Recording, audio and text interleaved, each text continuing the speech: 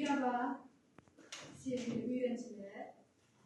Bugünkü dersimiz konusu Mukumi hayat yolu hakkında. Siz bilen Mukumi hakkında çok yeni bir daha bilimlere bilgilere sahip oluruz. Mukumi hayatı boyunca şu an birinci Mukumi hayat yolu, ikinci şairin edebi mirası, üçüncü Mukumi'nin tonik şiirleri hakkında, dördüncü Mukumi'nin seyahat kitapları hakkında ve şairin sözlerinin ideolojik sanatsal özellikleri hakkında konuşuyoruz. Mukumi'nin asıl adı Muhammed Amin Hoca, babasının adı Mirza Hoca. Mukumi şairin edebi katma adıdır ve Arapça mukum, yeni, yerleşik anlamına gelir, kelimesiyle üretilmiştir.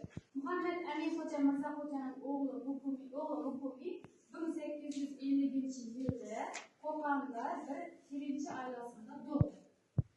Aslen Taşkentli olan babası Mirza Hoca sonra Kokan'a taşınarak oraya kalıcı olarak yerleşti.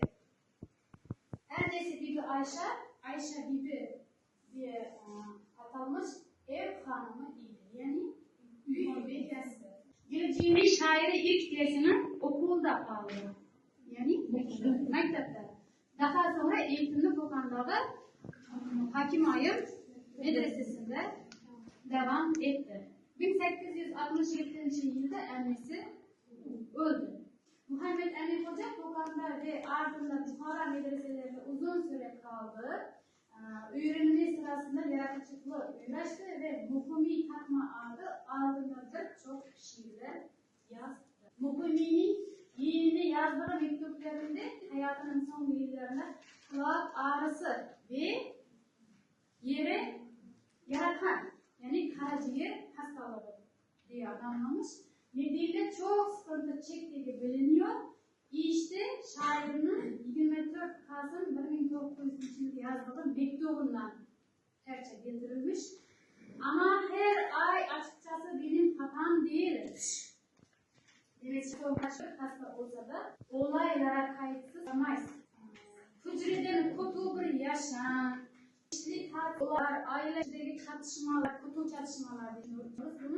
Bunları eşitsizlik, edalatsızlık, beni ruhuna gelen kalıplar onun hayatına hakim oldu. Bu yüzden Mukumi sonunda halkın şairi 25. Mayıs 1953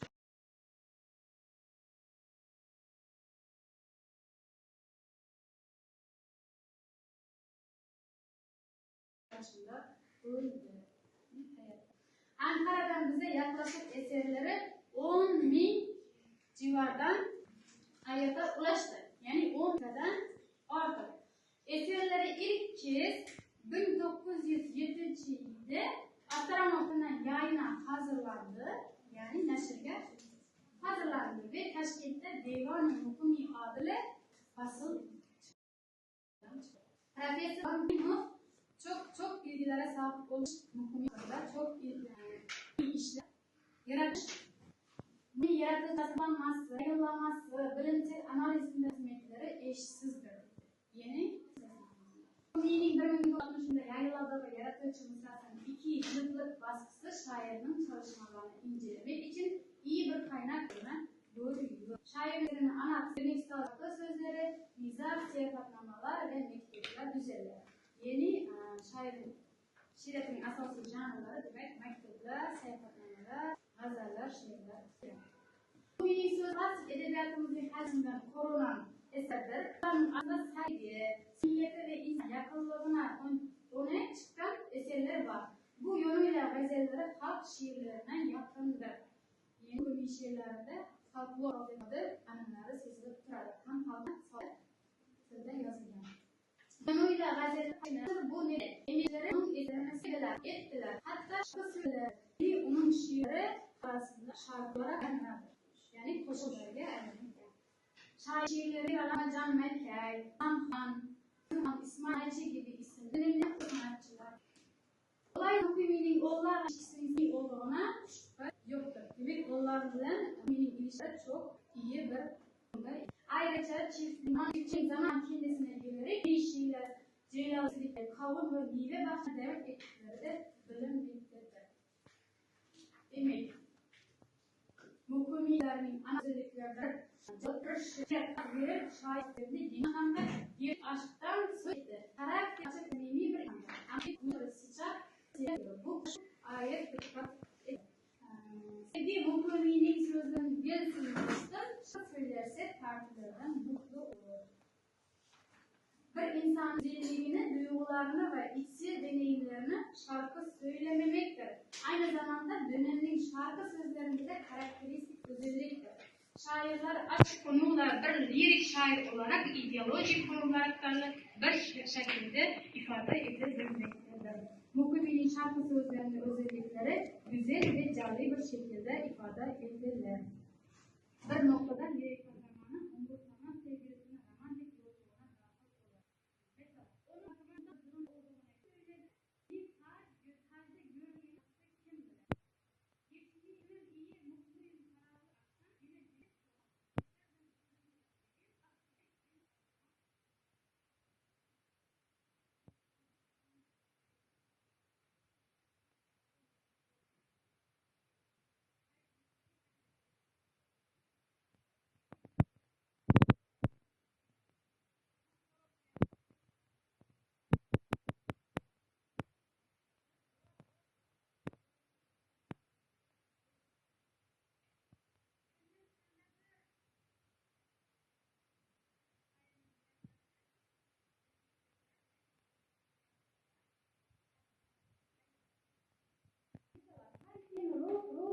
bir çiçek gördü. Ruh kadar süreçte sevgili görür. Her yerdeyim aklım dolu.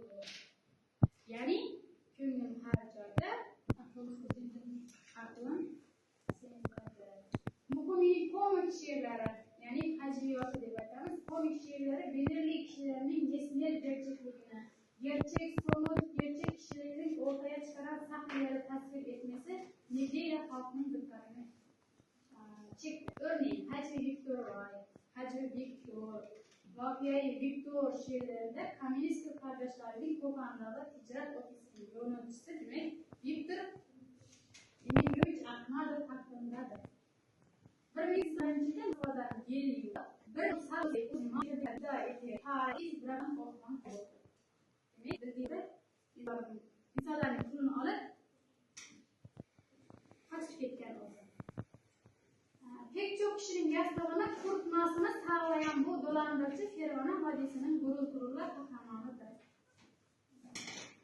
Mukuminin çizgi romanlarından bir diğer tanıması ve kalıcı nispeti de sözde ulu kahraman Laktin'dir. Kendisi aynı zamanda birçok fabrikaların matbaacı kurtuluğu vaaz eden zenginlerden biridir. Yani Özbekçesinde yana aytamiz, o'sha davrning amaldor, zolim insonlarning Moskvaning zengin odamning tasvirida şiir yerel zenginlarimizdan biri olan Hacı Xo'janing anlatıyor saf olmadıkları, zeki olmadıkları ve eğitimsiz oldukları için kırılan zenginlerdendir. Konu boyunca bilgiler şunlardan ibaret. Sorularınız olsa